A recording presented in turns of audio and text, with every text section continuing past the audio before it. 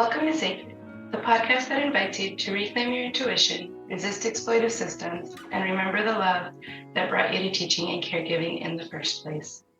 We are your hosts, Angela Carolina Garcia and Lauren Staubel. Join us on a rough and tumble journey of reckoning and transformation. Welcome to episode 1 of season 2. We're so excited to be back online. We hope your space in between season 1 and season 2 has been meaningful to you in whichever ways it needed to be. For this first episode, we're so thrilled to be talking with Dr. Junlei Lee, who is currently co-chair of Human Development Education Program and Salzant's Senior Lecturer of Early Childhood Education at Harvard Graduate School of Education.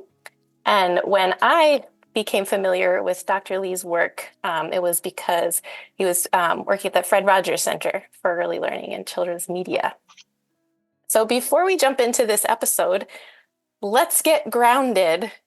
So wherever you are, if you're driving, obviously don't close your eyes.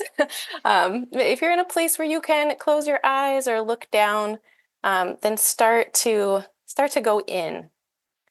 And then find yourself in a seat or standing, and just first feeling whatever's underneath you, either underneath your feet, underneath your seat, or both. And then if it feels right to take a deep breath in, do that. And then exhale out. And we're calling in spaciousness today. So if it feels interesting to explore where is the spaciousness as you inhale your next breath, feel that space where the breath is coming in, the space that the breath is moving through. As you inhale, feel the lungs. Feel your belly expanding even as your organs going to massage one another. And then exhale out through that space and into the space around you. And if that feels good, nourishing, then do that again. Inhale in a big way. And then exhale, letting it go.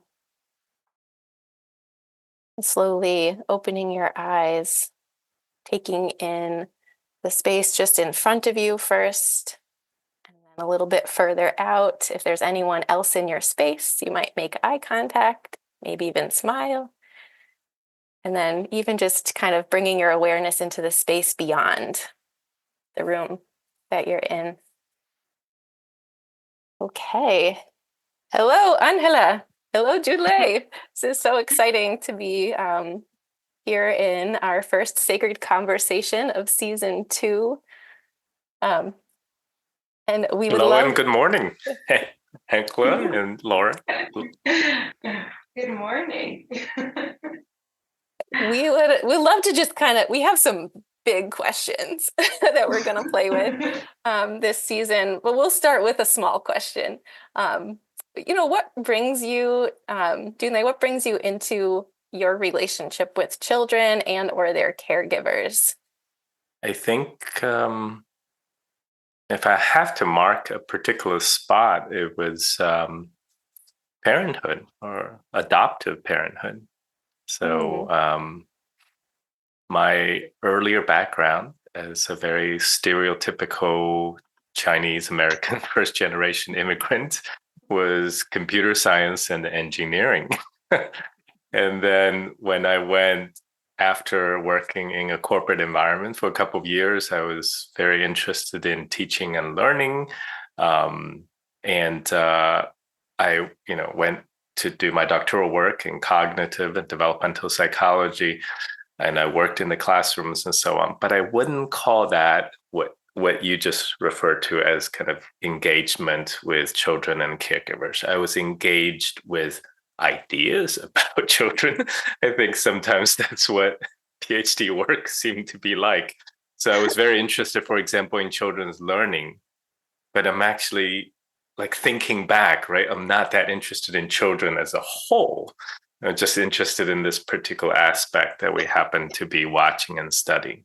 But it was in the process of actually being in the classroom, right? If you go to the classroom day in and day out, you couldn't help but to be interested in children as human beings, not just kind of, people from whom you collect data.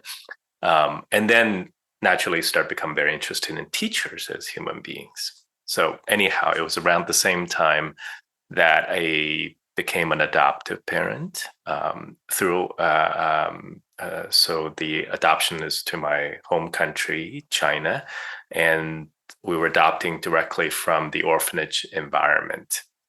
And so I did, I think, a predictable, but in hindsight, quite a silly thing, which is that I start to review research literature about children who have grown up in the orphanages, right? So and again, it's this idea of like, this abstract idea of children and measurements and outcomes. And what was quite clear, even to this day, the research about previously institutionalized children is a very gloomy research to look at, right? You can just imagine, right? And there's all these kind of dire predictions about the long-term negative impact of early institutionalization. Um, uh, and then I meet my child, right? And she was 23-month old. That's my first daughter. And I mean, she's developmentally delayed, right? Speech, motor, everything. But you would expect that. You would expect that to happen.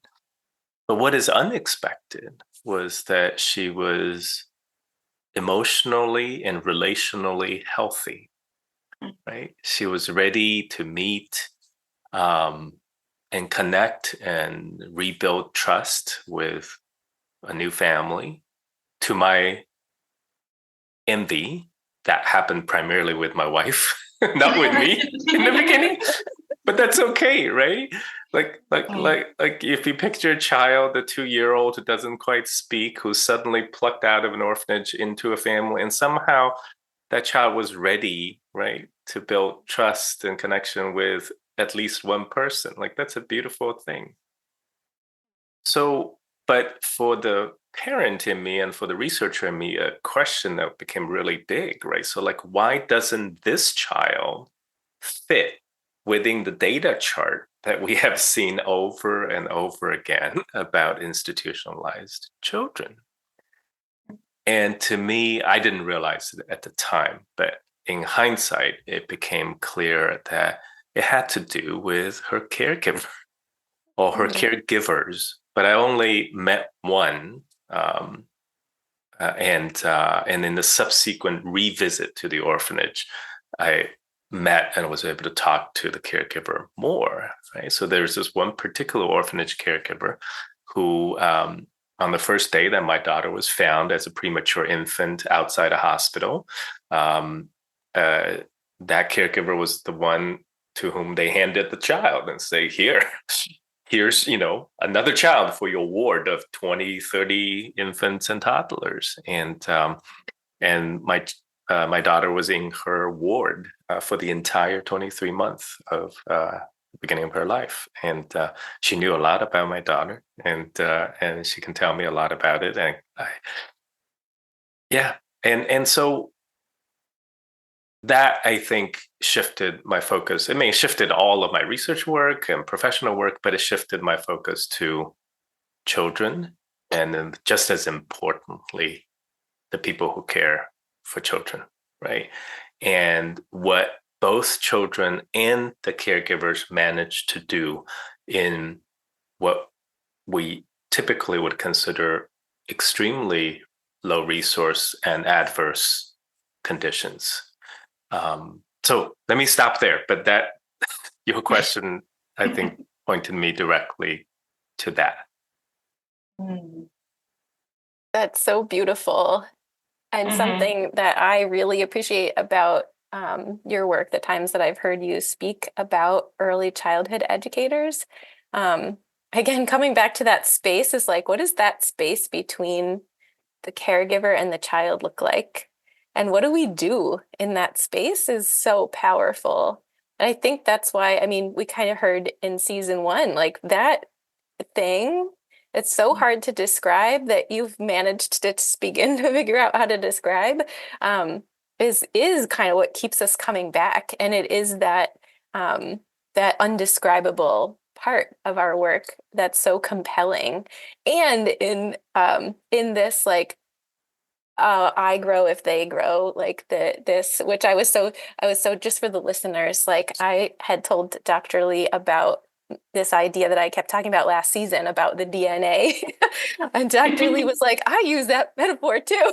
I was like, yes, this is so cool. That's right. But that space between, right, is like that where the magic happens, where we experience it. It's not about like the systems or the institutions in which we're having that relationship. It's really that space inside of the relationship. Yeah, it's making. Laura, Oh, go ahead, Angela. No, I would just think like what you just said, Lauren, helped me to connect the word in the title of your podcast, Sacred, right, to something that Fred Rogers have said when he was receiving his Lifetime Achievement Award from the Television, I think, Academy Hall of Fame or something like that. And the opening paragraph of his acceptance address is that I don't believe in mass communication, which is really odd, right? Here's a person who broadcasts to millions of children and families. He said, I something to the extent that I value the space between me and the one child or the one family who's watching. And then he says, this space between us, even across the television medium, is holy ground. Oh, He did. And so and he definitely thought of that space, even across the television, as a sacred space, right? And whenever he wrote to parents and teachers and so on, he valued the space that parents and teachers and caregivers actually have face to face, right, with child and children. So anyway, Angela, I'm sorry I interrupted you. You were just getting ready to talk. That's like perfect. It made me like think of something completely different. I'm going to a conference in Tangier in May, and one of the keynote speakers, Bayo Kumalafe, was asked, what does it mean between the two of us? And Bayo answered, there's universes between the two of us. I was thinking about your story, and it made me remember like my first relationships with young children. And I started playing with really young children when I was around 15. I was a baby. I was young. I was also a child myself. But there was lots of babies around, and I just always played with them. They were people I enjoyed spending time with and like getting down to their level with. And there wasn't any naming of what was happening in this relationship building. And as I've gotten older, when I see these children again, they're like, oh, we always felt so nice with you, or we had so much fun with you, and all of these things. And at the time, I didn't realize it was because my nervous system was talking to their nervous system. And we are the holders of the space between the past and the future. Okay. Okay, go. So I remember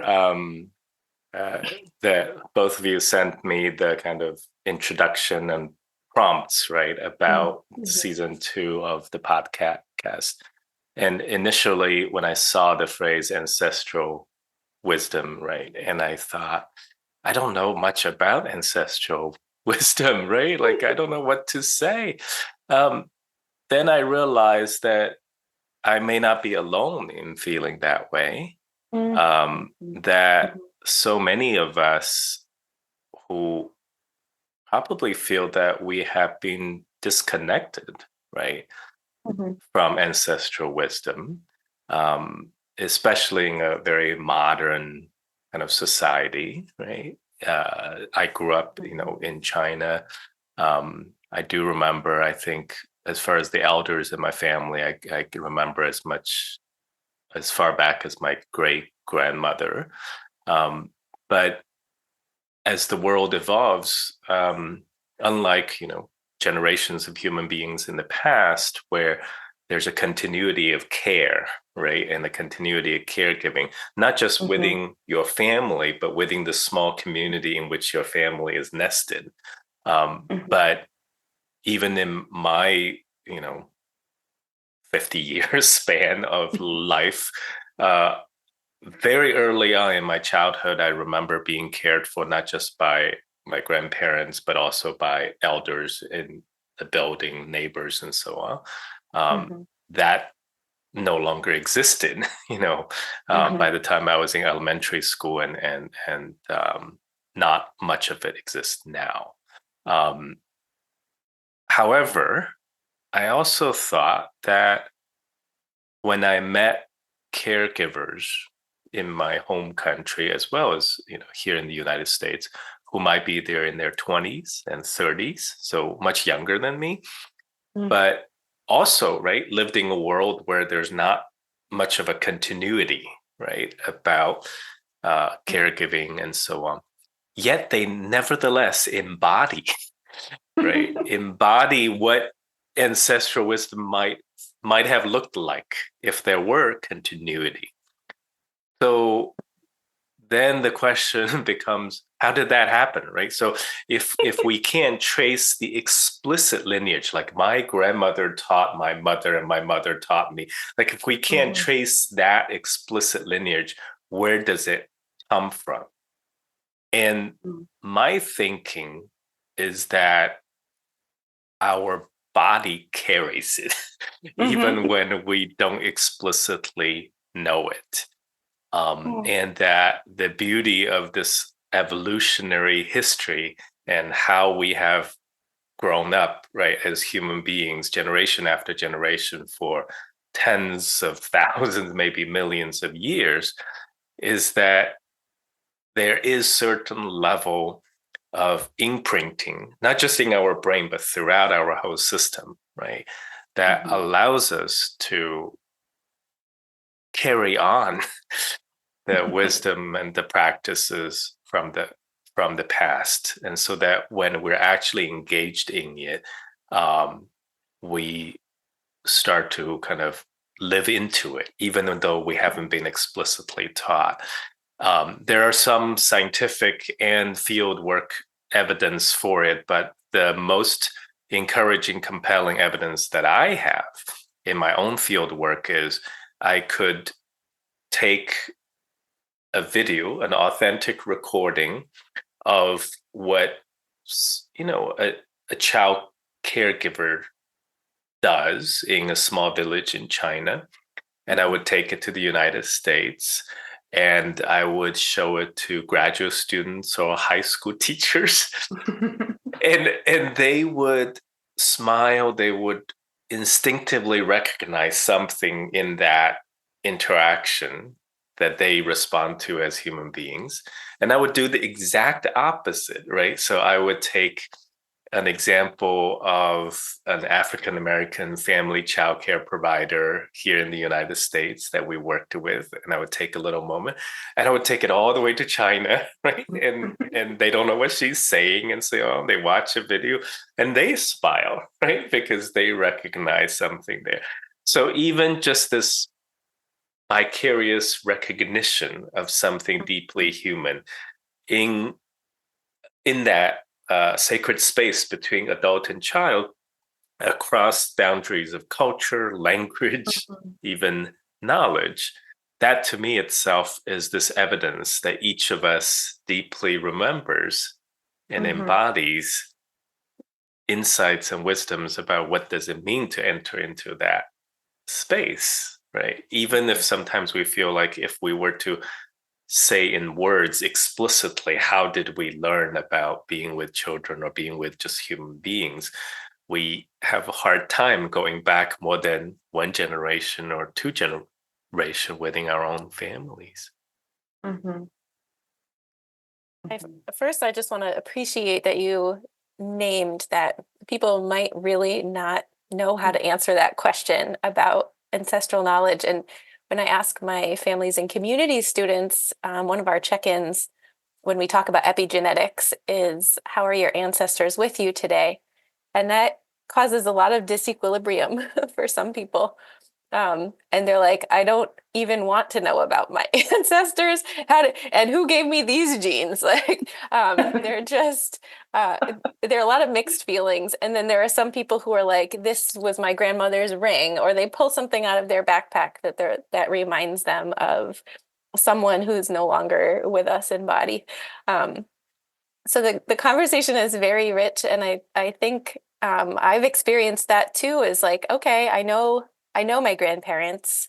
I was fortunate enough to spend time with my great grandfather, and as a child, I think I was in first grade. I got to hang out with him after school every day, and that's pretty unique actually to have a relationship with one's great grandparents.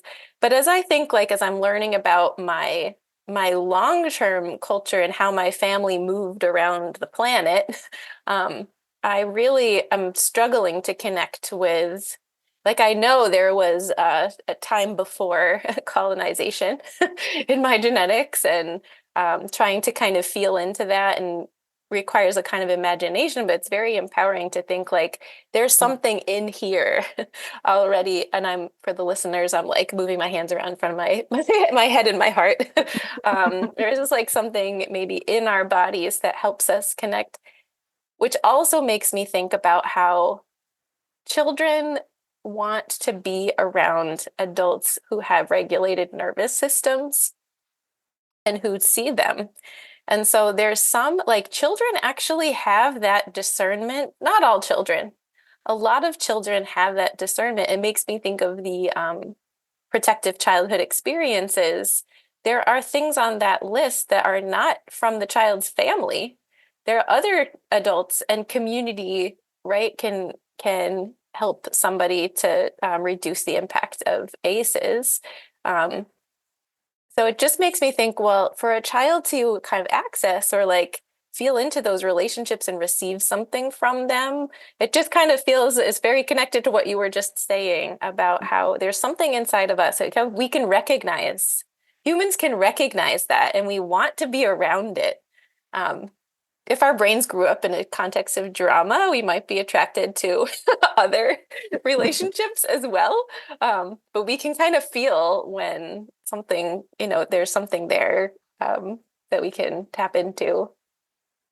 I think so. I think that recognition, that almost instinctive recognition, was always this beautiful, I don't know, signal to me that there's something that runs deep that connects us as human beings, right? Across many seemingly divisive lines of what, demarcates where you're from or who you are. Mm. I'm thinking about well, I'm thinking about a lot of things, but you mentioned your baby was 23 when she arrived in your home and she was cared for by a caregiver for 23 months. And a lot of the times I think that when we think of young children, we're thinking of like preschoolers, and we forget that like there's a time before preschool, that there's babies. There's babies before they're preschoolers and they're walking and they're talking. And I've always thought of babies as like they don't they're so like raw once they are in this form of a body, right? Like in this human form, like they're no longer attached to the person that carried them for 9 months or for however long they were inside the belly. But like once they're out, there's this all they have is a nervous system to understand the world around them. And like in this conversation, and like that's like before the nervous system then gets institutionalized or develops into understanding the world around itself. Like that's this like very like that's like one of the first technologies that was developed for humans to be able to evolve is sort of what I'm thinking of. And like how like that's like the pulsation or the rate, like the in and the out of something like so sacred of being in someone else's body and then being out into the outer part of the body. But I don't know what else. I mean, I'm sure that I'm thinking now, like, what else is there outside of like humans that we can like use as an example of what that connection looks like? And then like it makes me think of like roots in trees, like deep roots in trees and the way that trees communicate with one another. So yeah, I'm wondering if there's like any influences and like thinking about earth rhythms and how earth rhythms maybe can be ways of teaching us how to connect with these ancestral pieces of ourselves because we are so disconnected from them in modernization. Yeah, that's where I'm at. And can I add too, because we're trying to zoom in on, right? Dr. Joy DeGruy talks about, I don't know if she has a doctorate. I think that's a Dr. Joy that she goes by because that's an earned name for her. Anyways, she wrote about post-traumatic slave syndrome. And so she's writing specifically about Black Americans and that kind of starting to make a distinction between kind of an urge to survive, which might have been something we learned from our own caregivers because really for survival purposes, literally. And then, but now we're in a time right now where we might be able to make a distinction of like, well, how do we actually move towards thriving? And there's a whole culture around like rest as resistance and so there's like the quality of that, like an impulse to survive versus like intuition that moves us towards thriving. That's what we're really trying to pull out, for all of us caregivers and teachers. So that's it. Also wanted to provide a little more context, especially for the listeners, about this question that you just asked, Angela, about earth rhythms, helping us to navigate that distinction. So I'm not a very patient person when I am, for example, in nature, right? Whether with the earth or the sea or the trees and so on. So over the years, my colleagues who are early childhood educators or who are steeped in building relationship with their environment, right, would remind me to, I also think about big things like, oh, maybe, in order to connect, right, to the natural world, I need to, go take a walk for an hour every day or something. And I think my friends, particularly in early childhood education, who are much more connected with that, and so no, you don't have to start on these drastic big things, right? Start by just all around you, even on an urban sidewalk, like notice the small things, the little small things all around you, and notice it the way like a little child would. I think my friend Ben Mardell, who's a researcher at Project Zero at our school, but who's now gone back to the early childhood classroom to be a teacher, and he would say that he would talk to other researchers and scholars who are in Cambridge, where Harvard is, and about nature, and these grown-ups would say there's no nature in Cambridge. Like we need to go to Maine or something like that. And then Ben would say, but that's not what young children see, right? They see nature everywhere on the sidewalks of Cambridge, and little spiders and little bugs. And their preschool now have what is called a critter count. They keep track of all the critters that they can see all around the school in the heart of the city of Cambridge. from little birds to spiders. And last month, their critter of the month, children voted, was going to be the spider. And, so all that is to say that at the intersection of thriving and survival, right, as human beings, over the years, the one thing that I felt that I had learned from children's caregivers, and when I say caregiver, I mean very broadly, from orphanage caregivers, childcare providers, social workers, youth group homes, just the full spectrum of people who care for children and youth, is that those who seem to not only survive, but at the same time, at least striving for thriving, are those who seem to be very present in the very small, ordinary things. And again, I don't know enough about nature except that, ecological advocates often talk about that. But I just think about the sacred space between one human being and another, right?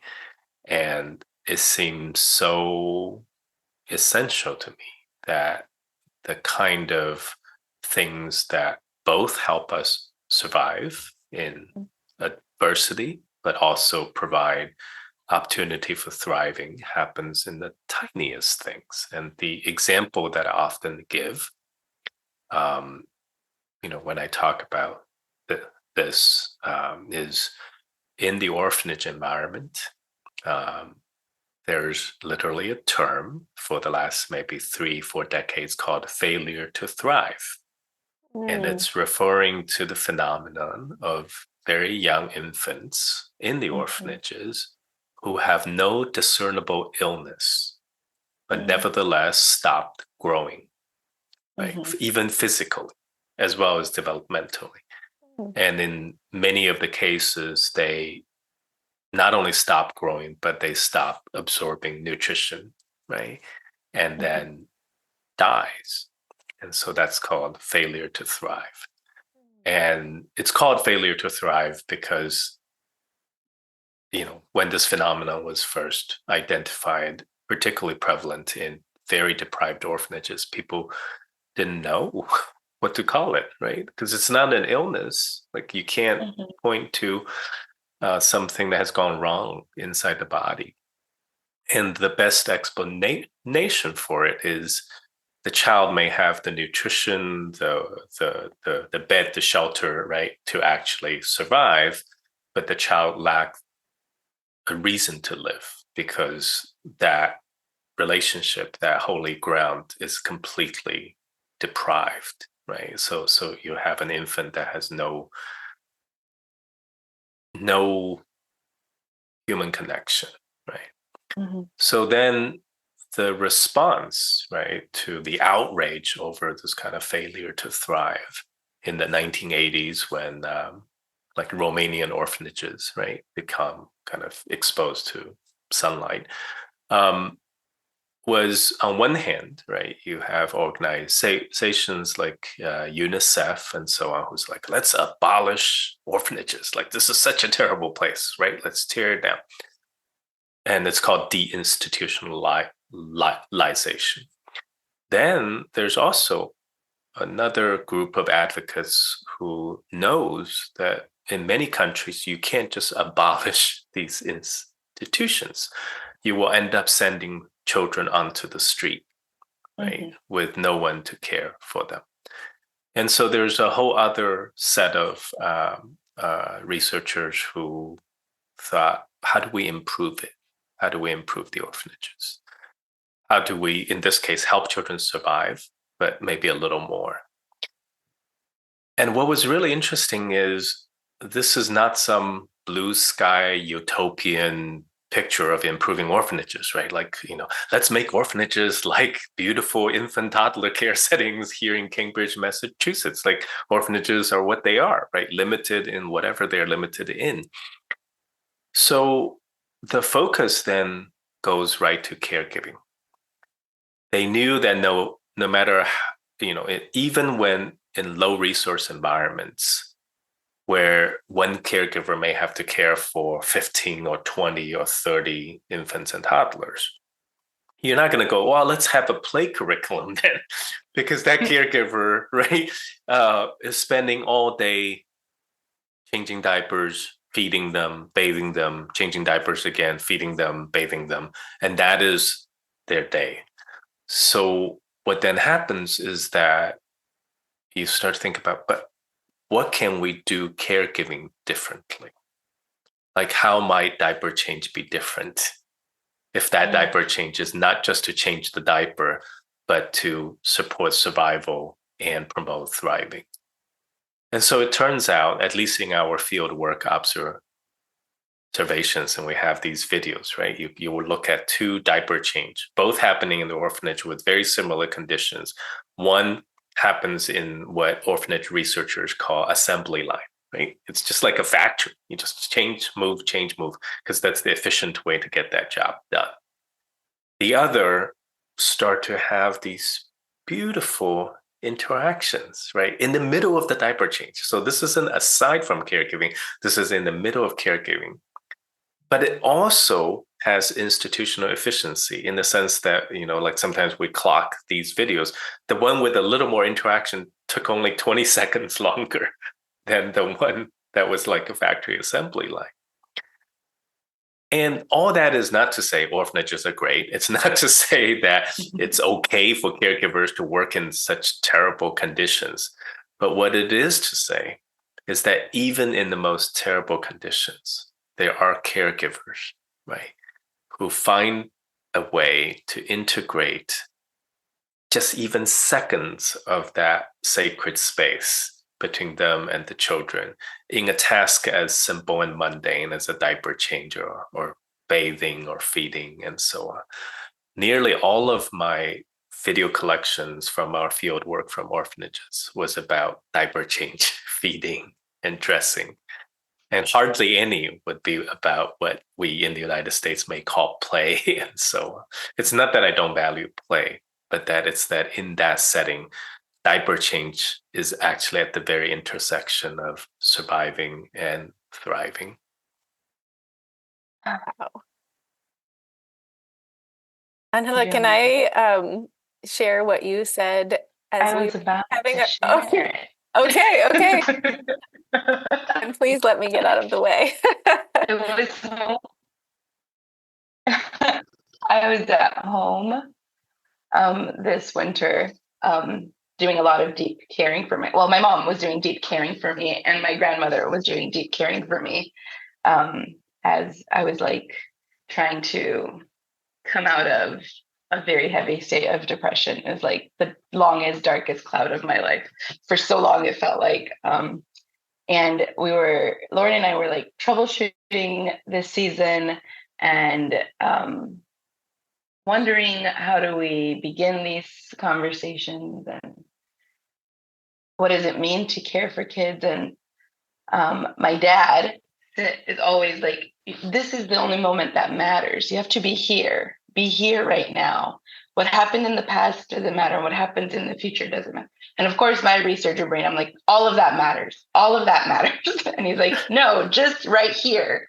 Be right here. And in the midst of all of that, I was in the Zoom room with Lauren, and I said, Lauren, presence is the ancient technology of caregiving.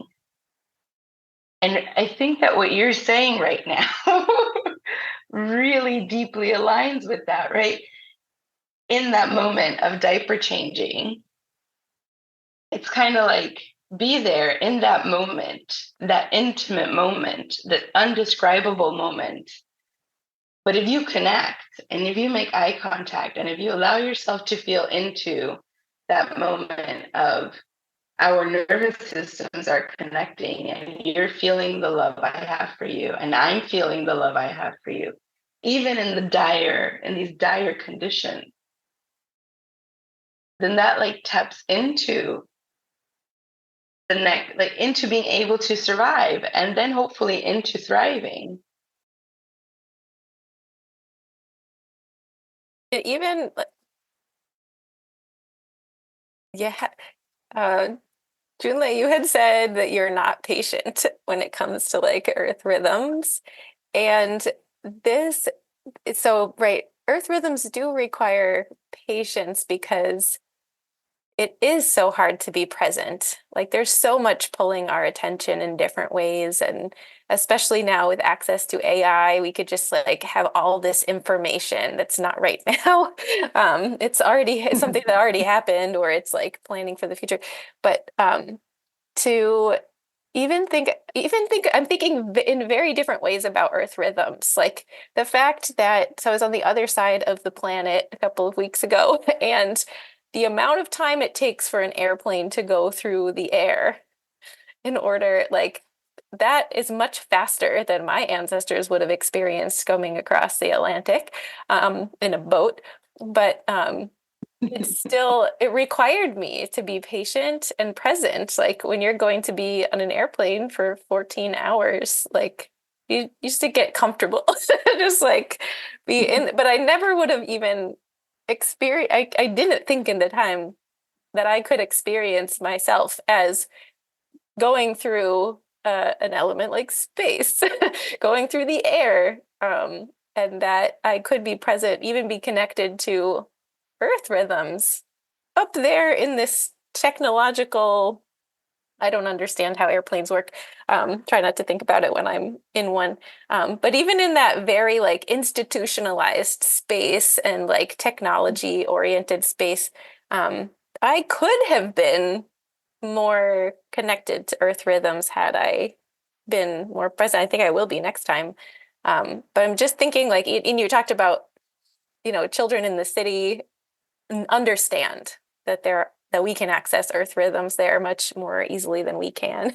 And they can be our teachers. It also made me think of this like reciprocation during that diaper change. Not only is that supporting the baby, but it's also feeding the teacher. I mean, the caregiver, right? Like that Mhm. caregiver who had a relationship with your daughter, she was there. That's a long time for somebody to be in a caregiving role, I think, in the profession of a caregiving role in which the environment is not supportive of our own, thriving. But so that I imagine that she got something back from all the babies that she changed the diapers of that made her want to come back again tomorrow, and keep being present with them. I Thank you think both. there's I think there's definitely evidence of that in my colleagues' work with Russian orphanage caregivers. Burnout rate is super, super high, as you can imagine, in that kind of Mhm. position. But as a result of support and structural changes that elevated the caregiving interactions or the being present part, it not only improved the child outcomes dramatically, right? Mhm. It significantly reduced caregiver stress and Mhm. burnout, right? In the very same setting. I think the word you use, Lauren, is reciprocal or reciprocity. And I think that is the one principle about human development that I have thought a lot about just during the last few years. Mhm. And I'll say something that almost sounds blasphemy to early childhood education. I thought about reciprocity so much that it has been at least 10 years since I have used a phrase like child centered or child led and child directed, in part because by saying that, we actually overlook reciprocity. We Mhm. shift all of our attention to the impact on the child without reciprocally thinking about the impact on the adult. And this potentially can have very negative consequences for the early childhood caregivers and professionals in the early childhood field. It's one thing to say it, it's another thing to have it enacted, for example, into policy, right? In Mhm. policies, if policies are entirely driven by child outcomes and Mhm. completely ignores the financial, health, and professional needs of the caregivers and the adult, then we have a system that sacrifices and even exploits the adult caregivers for the sake of quote unquote child outcomes and so on.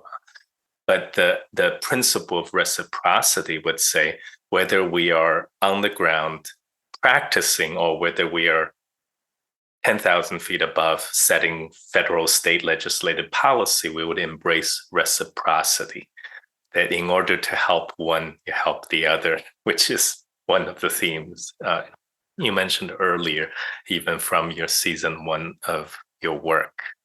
One thought, Ankla, I just wanted to return back to, you said something about you thinking about the past, the future, and your dad reminding you, no, the present, focus on the present. As researchers, right, you couldn't help, I don't mean as researchers, like as people who've thought about the research of human development. And so you couldn't help but to think about, right, the past and the future because the data is there. In fact, in early childhood, we talk about that all the time, from the adverse childhood experiences and historical generational inequities and trauma to all the way to return on investment, which is how you think about the future. Yeah. But I think there's a fundamental question here that I keep hearing from caregivers, from parents to social workers to early childhood teachers over the years that's on my mind all the time. And I think it's a question that's right at the heart of the difficulty of staying at the present while thinking about the past and present. And the question is, am I enough? Or can I be enough? And while the past and the present is absolutely true, if we focus on the past, let's say for a child, I'm thinking about my own daughter at 23 months. I was like, she grew up the first 23 months of her life in an orphanage. Like if I were just trying to wrap my mind around that, then in any present moment, I was like, am I ever going to be enough? I mean, this could be a beautiful diaper change moment, but how is that enough to counter, right, 23 months of institutionalization based on all the research data that I read? And the same thing thinking about the future, right? And especially as an early childhood educators, so many of us did not have the luxury to see what happens like 10 years, 20 years from. So we can't see that. And so, right. So then we're stuck in this, like, yes, I want to focus on the present, but is this enough to make up for the past? Is it enough to prepare for the future? There's no clear answer for it, but I think your dad's advice about staying in the present, and which is what I see a lot of caregivers practice, is that in that present moment, it's almost like they block out the past, not ignoring it, just blocking it out. They stop thinking about the future, also not ignoring it, but they think about the present, and all they would say to themselves in that present is, I don't know if this is enough for the past or for the future, but what I do know is that this matters here and now. Like for that child in front of me, doing diaper change like this matters to that child for this minute right now. If I don't do it, or if I do it, you can see in the child that it matters. And that is enough for me right now. That's a very difficult thing to do. But, I was talking to a group of social workers who work with youth in group homes who had such a long history of difficulties and trauma that no social worker, even the ones with that case files, would be able to understand. And some of the social workers says, I enter into this profession, dreamed of transformative change, right? Heal the trauma and support them. And then they said, I've been working here for a couple of years, and I've learned to treasure the small wins that I have each day. If this young person, would just return a hello and hi in the morning, then I must have done something small right the day before. It doesn't matter if he's going to hit me later in the day. I'm going to remember that small win that morning. And that has been very encouraging to me. And not all everyone say it, but when I work with orphanage caregivers who can articulate everything about the past and about the future, but they show up in the present because they thought that mattered. They don't know if it's going to be enough, but that's not important, because what's enough is it mattered right now, and you can feel it, you can see it. Yeah. It's like I think of my dad keeps talking about progress, and then he always puts quotation marks, but somewhere in between, like in his like trying to conceptualize progress or accept that progress is what needs to be. And like in my resistant way of being like, I'm like, no, Dad, like we don't need to be progressive. Like, like we could just like listen to whatever was in the past, and like that past led us to be here. So that's enough too. So like that's like where we like meander and play he and I. But I think that like in our context in the United States, and like the constant like more and more, and like the need for like wording things and needing to put things into like research and academia, and like that is what is valued as a society. And then I think like as like a previous care teacher or a caregiver, well, I guess I am still a caregiver, but as someone who was in the classroom a while ago, this idea of enough was always like, how do I like make sure I collect all of the data that I need, and then make sure that they meet their milestones as babies and toddlers and preschoolers, um, and report back to whoever's giving me funding for the reporting I have to do, and report back to the parents because they're paying tuition, and also make sure that like that the children aren't biting, and that the children aren't hitting, and that they are getting their diapers changed, and that they are eating their lunch. And I think that like that is, I remember like those were the things that were in my head all of the time. And for as long as I was able to say it, it was like, oh, I got to like be got to be a frog today, that like jumped around with a bunch of other frogs.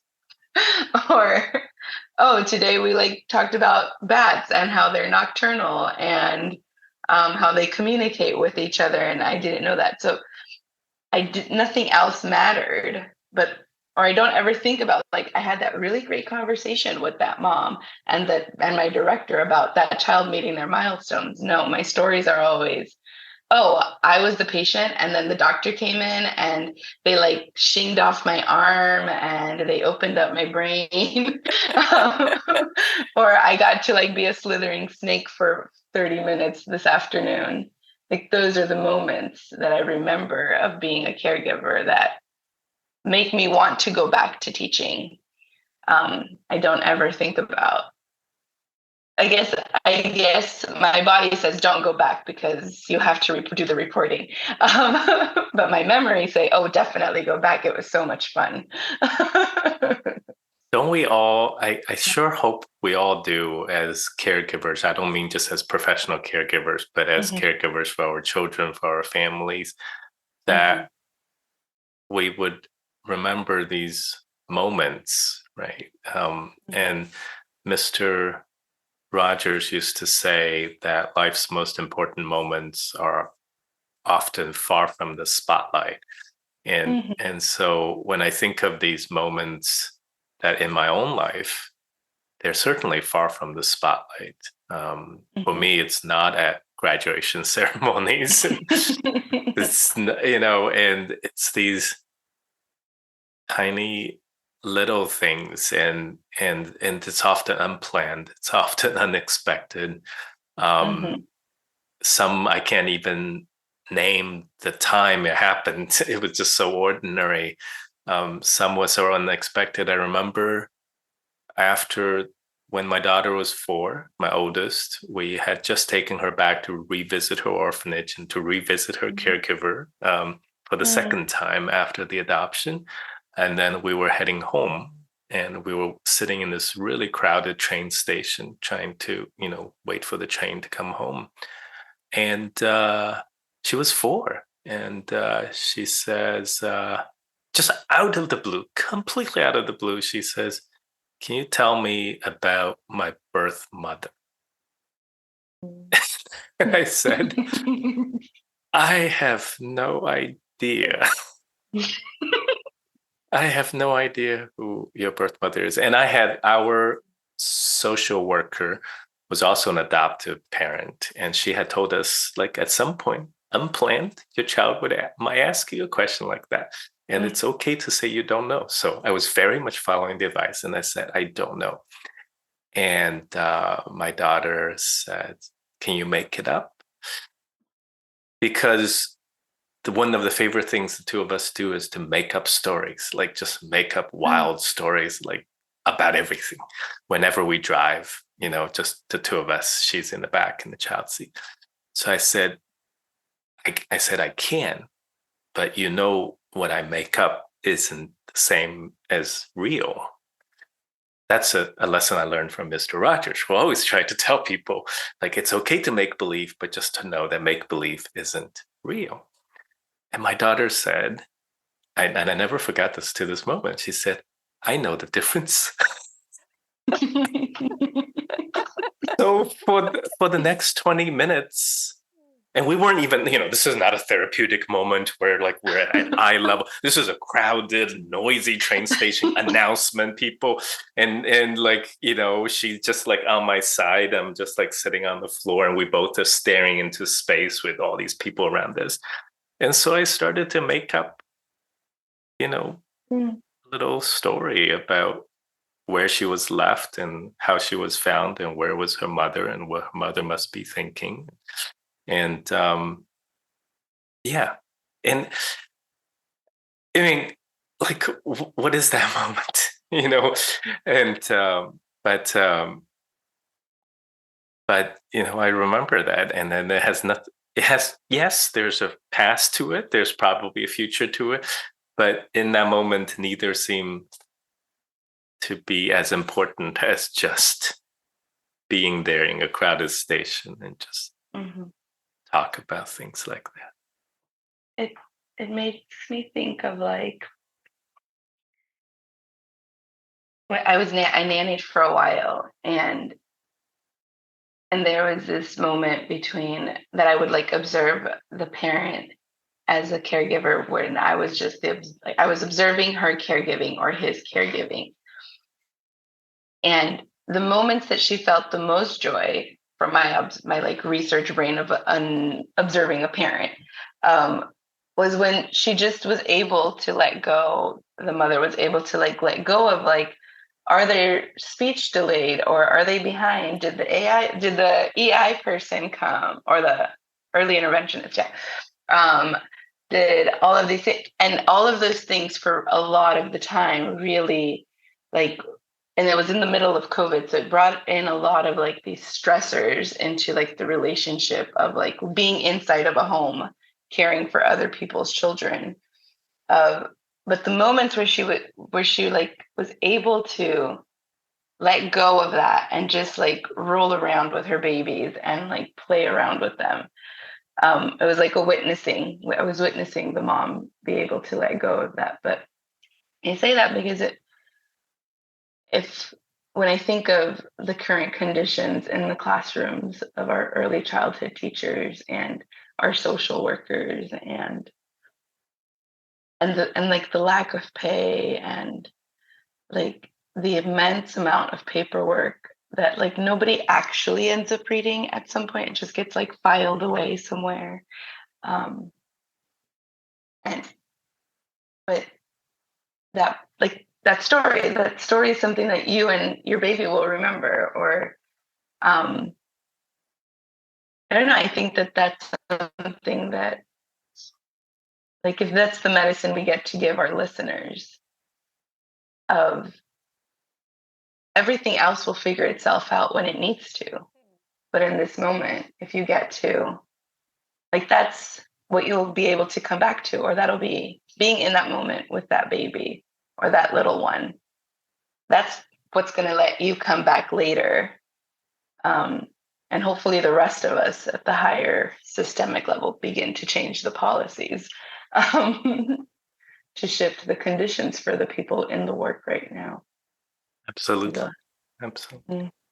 And that being open to receive, right? That I love that shift in thinking, like focusing on the reciprocation, being that space in between. And I think you both just shared stories that answered our last question, which was how do we remember, envision, cultivate, and play in a third space? That maybe that third space can be the space between caregiver and child, right? There's like, because if we are, it is the serve and return of like that playfulness where even in a potentially stressful moment for a parent, it'd be like, well, how am I going to answer this question? I don't know the answer to it. And the child even saying, remember, I know how to play, right? Like that being a place where healing can really happen. And that, yeah, it might be, what do you both think? I think this is a nice place to wrap up our conversations. Anybody want to add anything else before we sign off? I don't.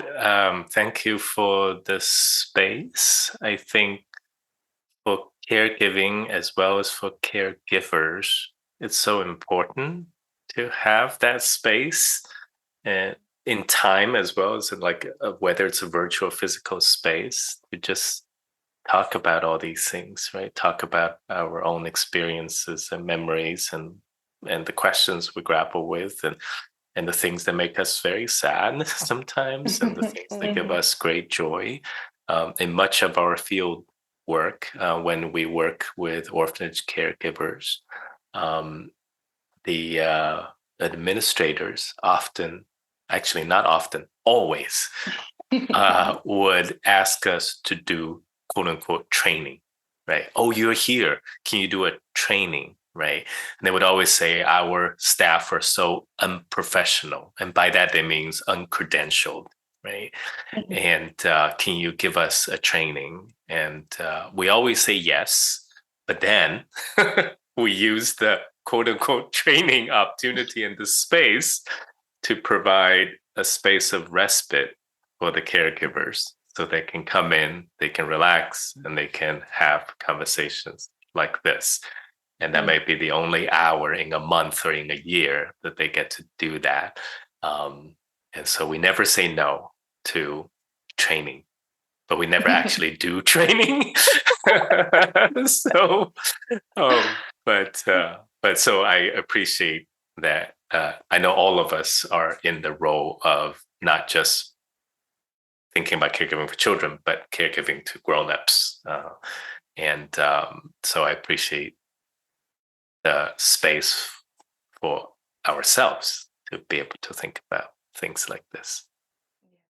Thank you. Thank you so much for being with us. And thank you to our listeners for listening. To keep the conversation going and for monthly reflection prompts related to each episode, sign up for our emailing list. And if you want to play with us in real time, exploring the ideas in this episode, please come to the next campfire chat. We look forward to our next sacred conversation with you. Check out the show notes for details.